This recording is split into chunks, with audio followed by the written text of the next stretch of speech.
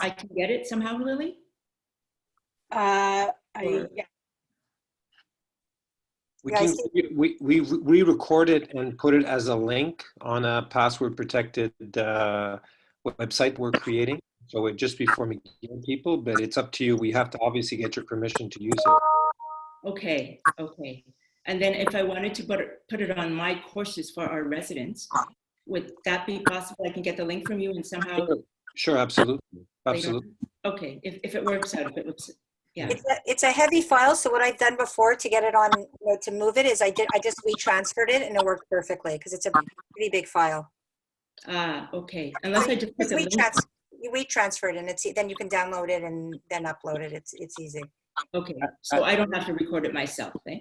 It's recording already. It's okay. recording. Yeah. Sonia can send it to you when she finishes. Okay, that's wonderful. Thanks. Yes, I'm recording it to the cloud and I'll just send you the link and you can download and save. Okay, that's great. Thank you. That's good. You want to go ahead, Lily? Or? Sure. So for those who don't know me, I'm Lily Nguyen. I'm a otolaryngologist, head and neck surgeon at the Children's. It's my pleasure to introduce Olivia Tse. She is a pediatrician at the Children's, the former program director of the General Pediatrics Program. She works at the McGill programs in whole person health, and she really has a deep interest in finding ways to enhance physician wellness with the ultimate goal of improving patient care in the learning environment. I'm excited to hear her talk. It's going to be slightly different from some of the other talks you might hear on wellness because the focus of this talk is really very practical tips on how to build resilience that's hopefully immediately applicable. Olivia? Thanks, Lily. So thanks for inviting me and thanks for all gathering together. This will be, as Lily says, different. It's going to be interactive and experiential. And what I'll do is give you practical tips for keeping well during this very stressful period. There is a fair amount of research on resilience and on interventions to promote physician well-being, but I'm not going to get into the academic aspects. There are already so many very excellent and informative publications and online sessions that you can easily access. So this will be very practical. I'm going to use simple language and show you tools that you can use, but it's all based on the literature on burnout and resilience. So we'll start by acknowledging some of the reasons for the added stress right now. And I said it would be interactive, so type into your chat box, what are your stressors right now? I can't access my chat box.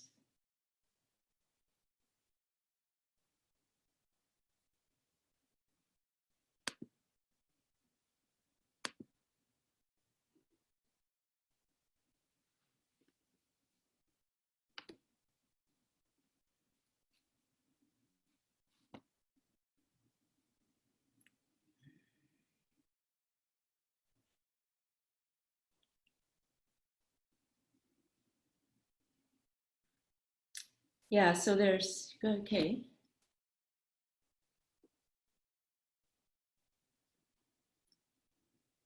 So there are a number of stressors, yeah, exhaustion, the multitude or the abundance of information, the emails with all the links to click onto, there are changes, there's uncertainty, unpredictability.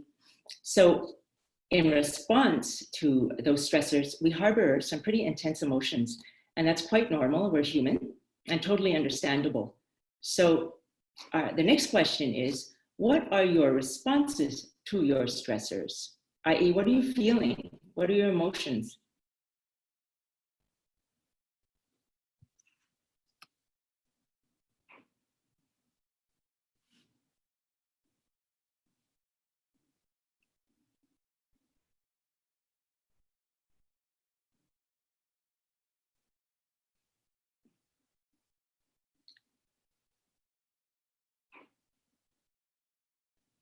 Yeah.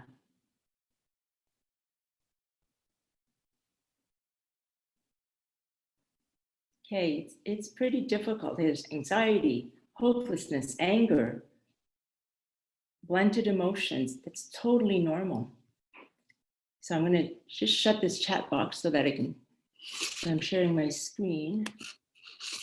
Okay, so I'm going to give you some strategies to help you stay healthy, stay sane, and continue to work during this very difficult period.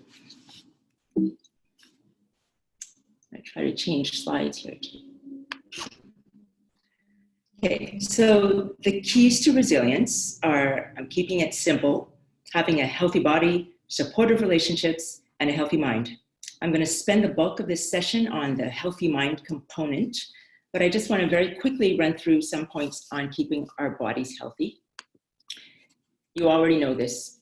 I just mention it anyway. So exercise, healthy eating, and sleep are basic, but they're core to maintaining our well-being. So at times of stress, of course, exercise is all the more important. So if you don't have time to exercise, just incorporate that into your workday. Walk as much as you can, take the stairs, move in any way possible. Just up your heart rate. I won't say much about healthy eating. You all know that, but I will say that eliminate caffeine would be a good idea, and limit alcohol and other substances if you're using them to calm your mind. We all know how important restorative sleep is, so practice sleep hygiene. Avoid looking at any screen at least an hour before bedtime. Keep the bedroom cool, quiet, and dark. So cool meaning maximum 68 Fahrenheit or 20 Celsius. Manage caffeine and alcohol appropriately, knowing that alcohol impedes your sleep, as does caffeine. And avoid eating large meals a few hours before bedtime, and avoid exercising heavily a few hours before bedtime. So that was just a very brief review of what you already know, but sometimes knowing doesn't translate into doing. So it might be helpful to hear it again. In terms of relationships, having warm, supportive relationships is another key factor that confers resilience and enhances our well-being. A sense of social connection counteracts the harmful effects of stress. Kindness connects us to each other. By being kind to others and helping them feel connected, we feel better in the process. So at work, reach out to your colleagues, use technology to meet as a group regularly if possible, share experiences, both negative and positive, and that will allow, of course, for support and leads to a sense of belonging and connection, which is protective from burnout.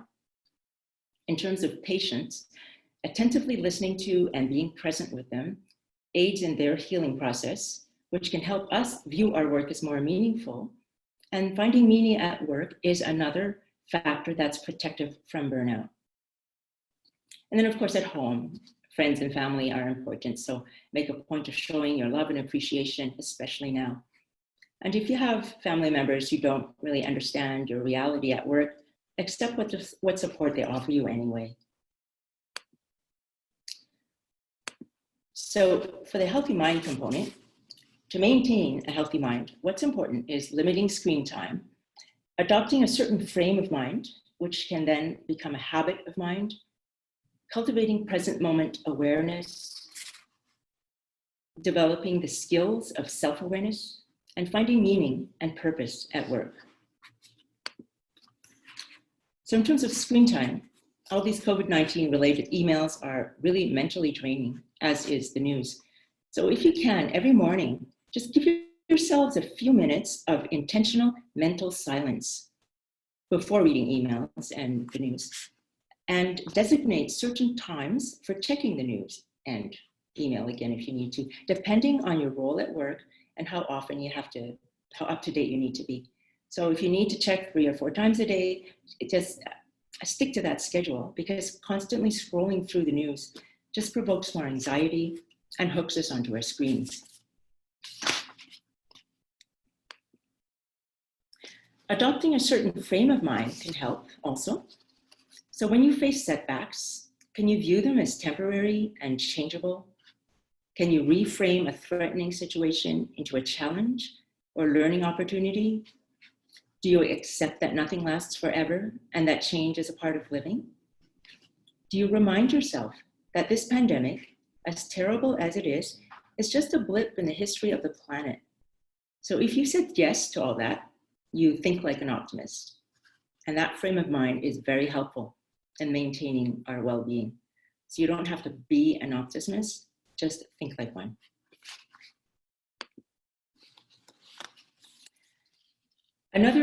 One strategy to keep our minds clear and steady at times of intense stress is purposefully paying attention to the present moment as it unfolds. So you already do that when you're surgeons in the OR or the ER docs when you're running codes, but we can apply that to life outside the OR. Our minds have evolved to allow for abstract thought, to anticipate and plan for the future, and that's important, but sometimes we get caught up in the what ifs of the future and we can't stop ruminating. Planning for the future is especially important right now in response to this pandemic, but since we don't have much control over the future, focusing on things that we can change in the present and not on what we cannot change can decrease the stress of those what ifs in our mind. So for example, we can prepare for the future, but we can't change the actual outcome. The present moment is the only time that we have to actually do anything. The past has passed and the future hasn't arrived. So we can make that choice to direct our attention to what's important now. The major religions and world wisdom traditions teach that happiness is to be found by living in and appreciating the present moment. So how can we cultivate present moment awareness?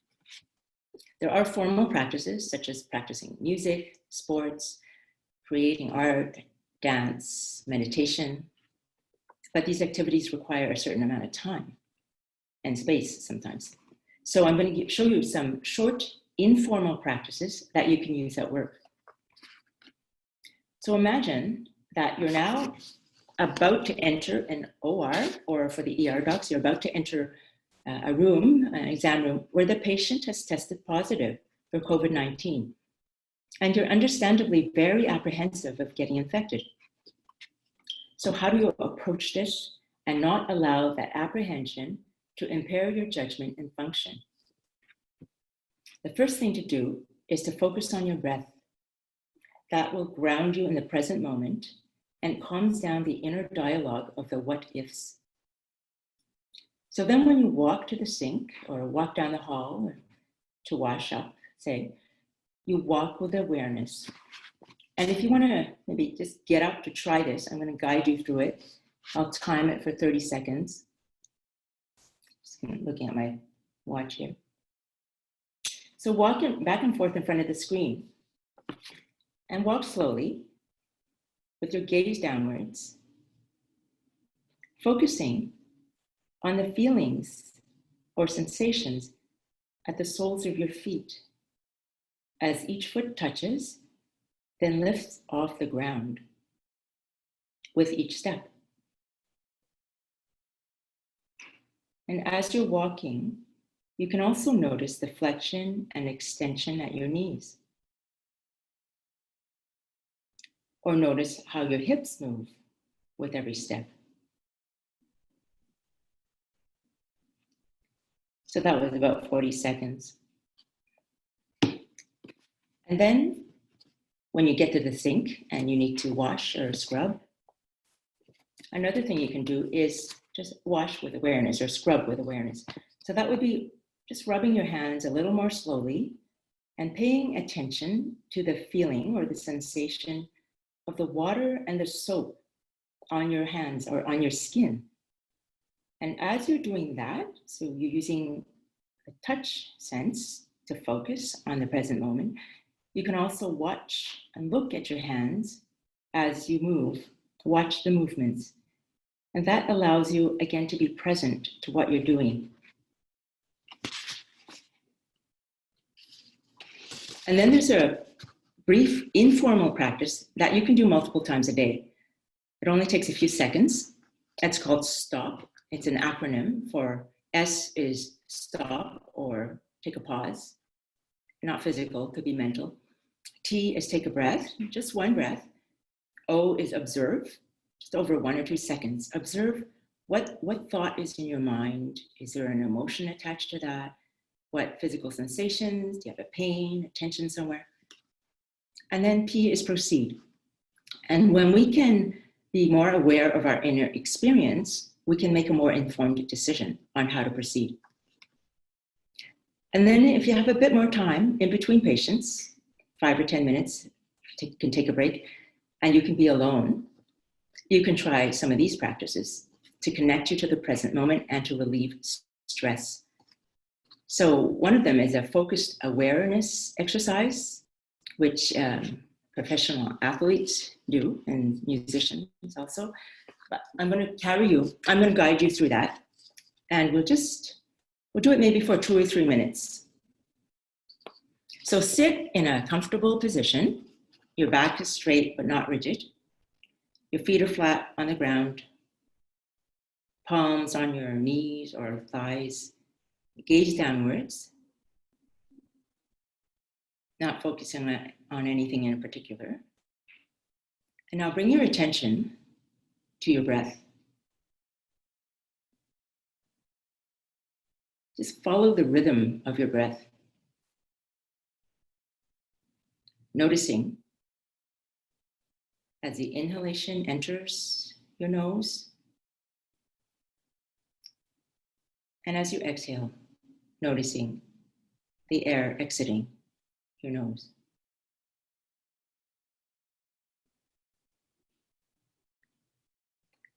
Notice where in your body you most feel the breath.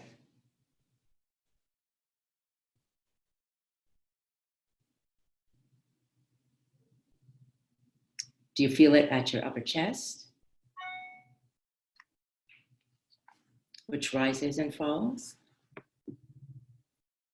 with each in-breath and out-breath?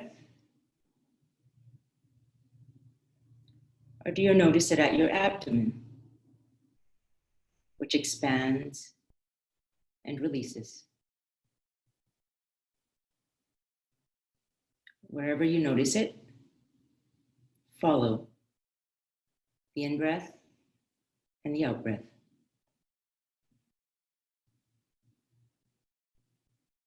If your mind wanders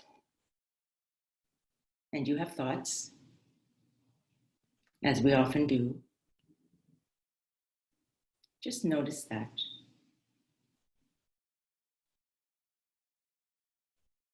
Observe your thoughts. Then let them go. And guide your attention back to your breath.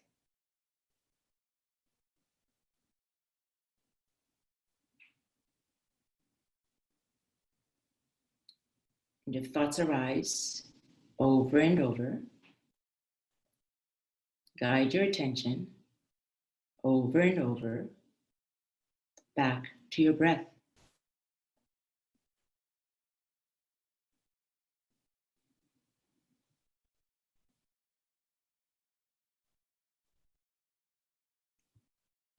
Okay, so we'll stop there. And that was 2.5 minutes. I'd like to hear or see in the chat box what your experience with that was. What was that like for you?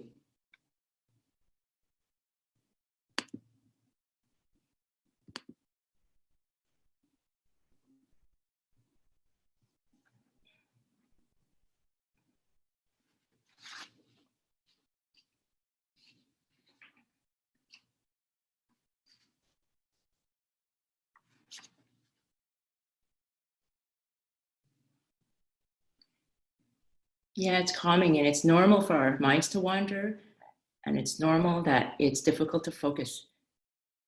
But the important thing is to just notice that, and notice that the mind's wandering and it's hard to focus. And that just builds on that muscle of awareness. So another thing you can do is a body scan, which I won't show you now, but I'll guide you through a little bit later.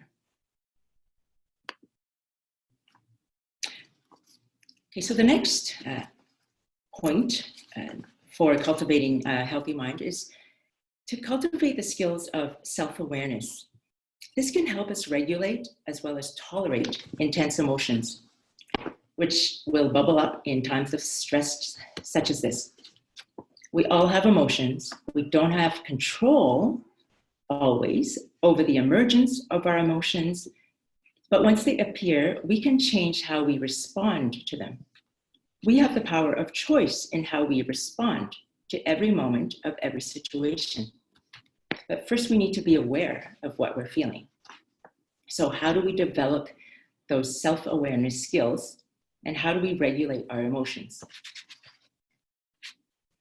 So when you notice that there's an intense emotion that's been triggered, you can try these steps, and this can prevent the emotions from feeding upon themselves and spiraling out of control. So I have another acronym. It's FNAC. It's F, face it, name it, accept it, and be curious about it. I'm going to walk you through that too. So you don't need to type this, but bring to mind something that's been troubling you, bothering you of late, something that you still don't feel good about. So I'll give you a few seconds, just let it sit in your mind.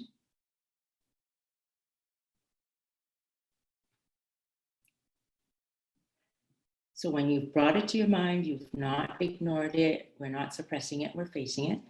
Now the next step is to identify the emotion that's associated with these thoughts. Is it anger, fear, anxiety?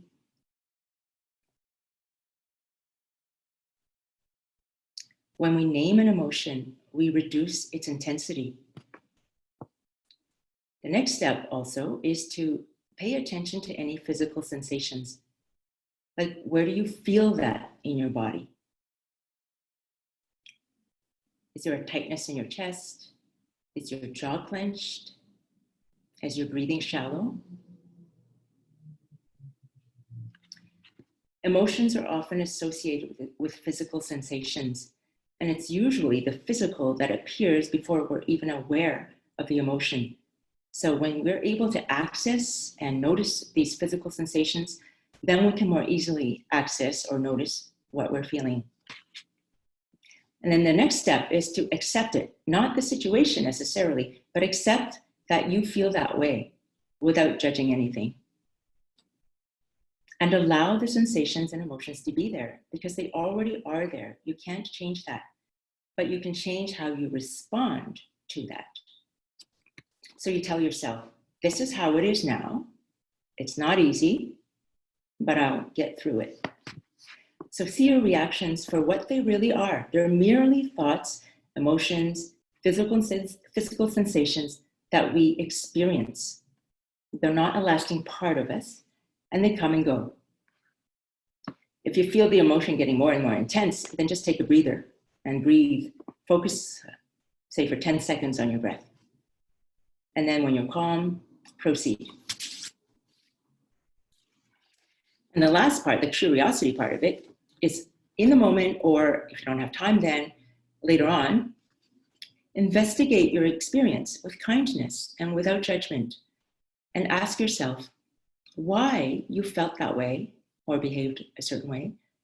And what is it about yourself that caused you to be that way, to feel that way? And then ask yourself, was it helpful? So this is a tool that helps us not only respond to any intense situation, but also allows us to get to know ourselves a bit better.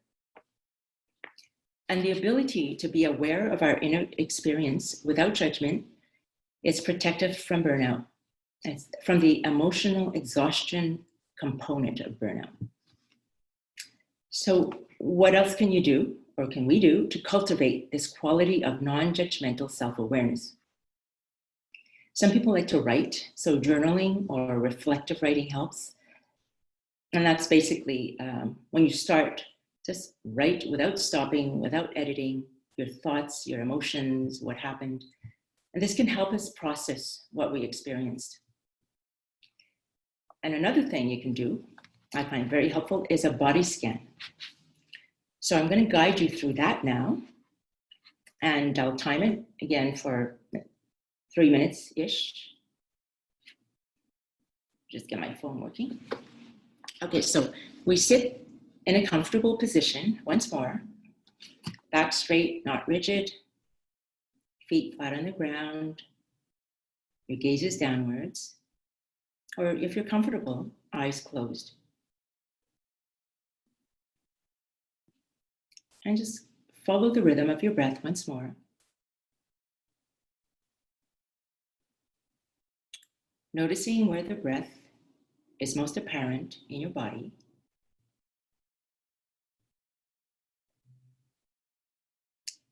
Now guide your attention to the fingers of your right hand.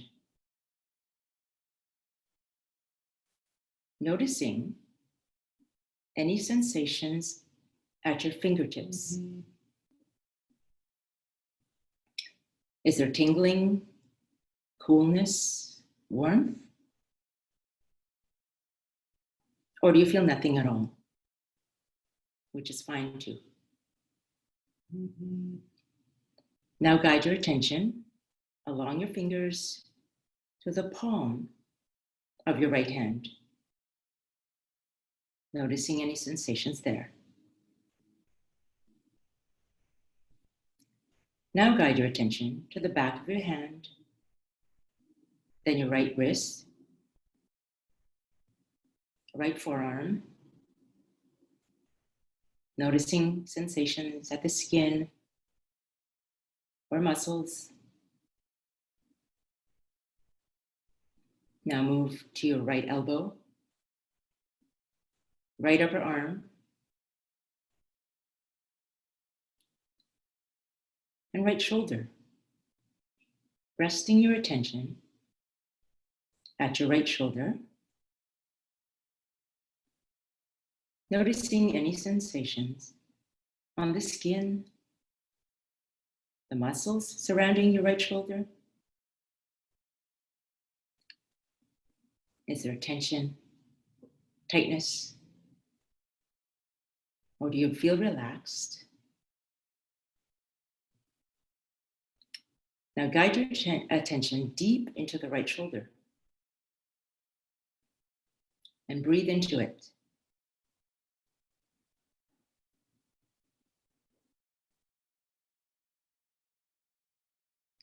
Now guide your attention to your left shoulder. Breathing deep into the left shoulder.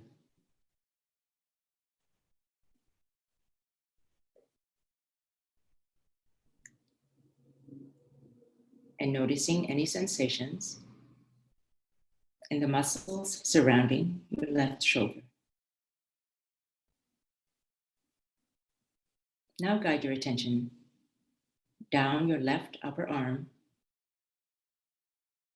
left elbow, left forearm, palm of your left hand,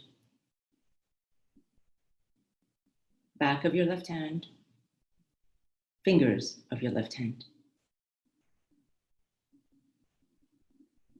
And we'll stop there. That was 3.5 minutes. I'd like to hear your experience with that, if you can type it into the chat box.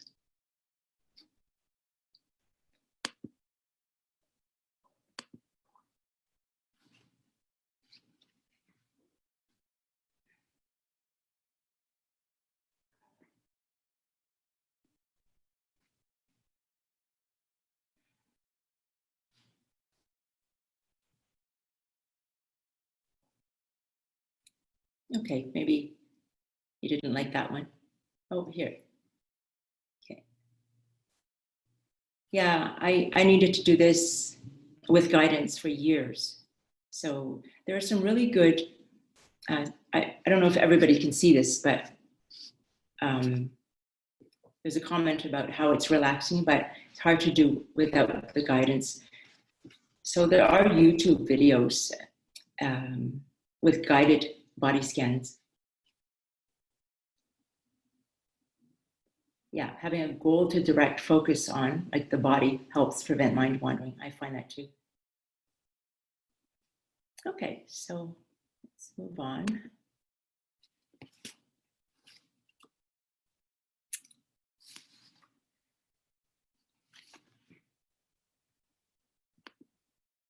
So the last factor I'll mention in keeping a healthy mind is to find meaning and purpose, or rediscover the meaning and purpose of what you're doing. And that is very protective from burnout and builds resilience and enhances well-being. So I've spoken mostly about turning inwards to care for ourselves, but it's important to look beyond ourselves and reach out to others. Perhaps the next person or the person next to you is suffering. You won't know unless you ask. So just ask. Ask how they are, lend an ear, listen to what they have to say, and be fully present to them. You'll feel better about having reached out and having been kind to somebody. They'll feel better that somebody cared and asked. And then perhaps they'll reach out to someone, and so on and so on. So before I finish with the summary slide, I'm going to ask a random question. That's the last question to answer in the chat box, for me anyway. What is one thing, one or two things, that you are grateful for right now?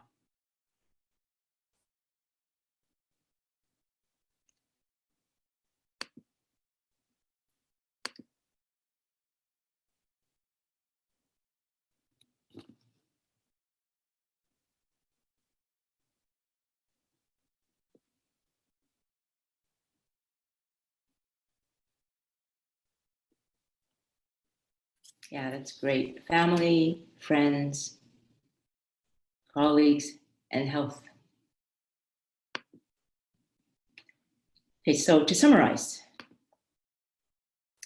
the key factors in building and maintaining resilience are having a healthy body, supportive relationships, and healthy mind.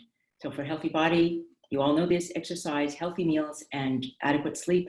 Supportive relationships both at work and at home are important.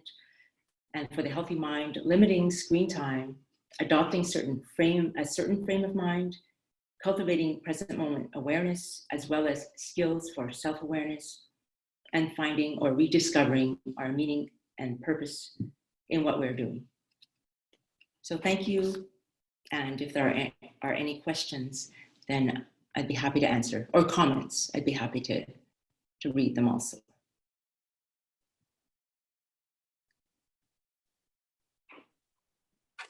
I'll stop sharing.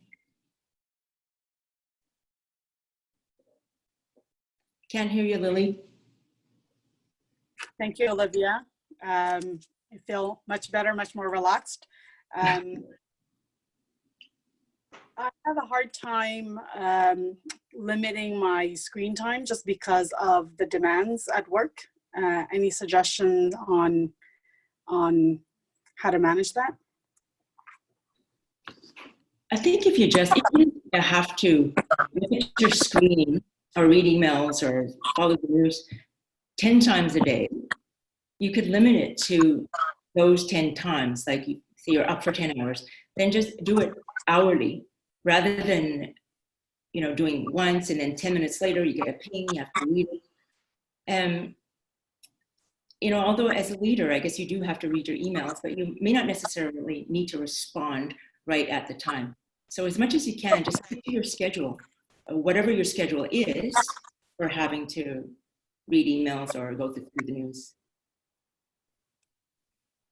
Any other questions from the audience?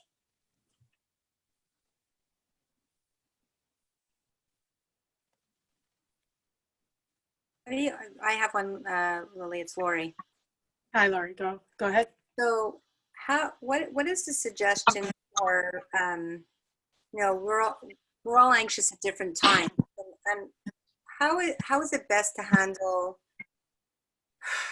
the anxiety that's around you without letting it get to you as well? I don't know if I'm expressing myself properly, but we're trying to manage ourselves, but we also, even as colleagues, regardless of what our position is, we all try and help our colleagues, the other people on our team. And it's what are some of the strategies to try and kind of create a mini wall so that you can help, but not absorb what everybody else is feeling at the same time? Yeah, that's a great question. So that's sort of the empathy compassion question. We feel the anxiety and distress of everybody else because we're human and we have empathy.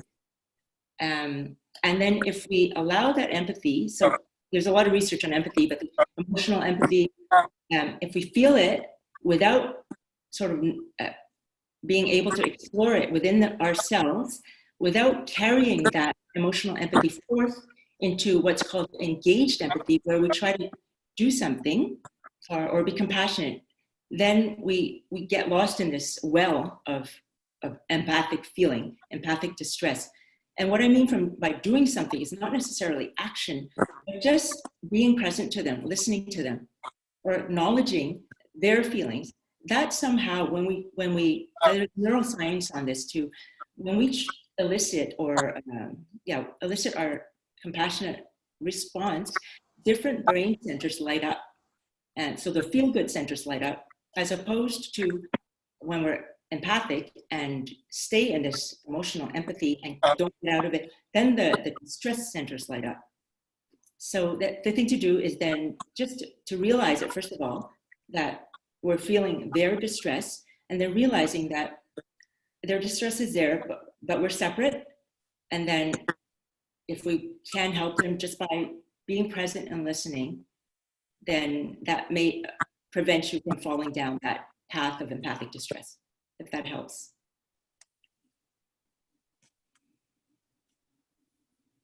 Thank you. Any other questions from anyone else?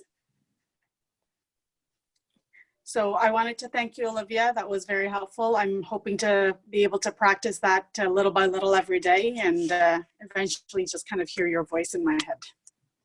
Thanks, Lily. Thank you, everyone, and please stay safe. Bye. Bye.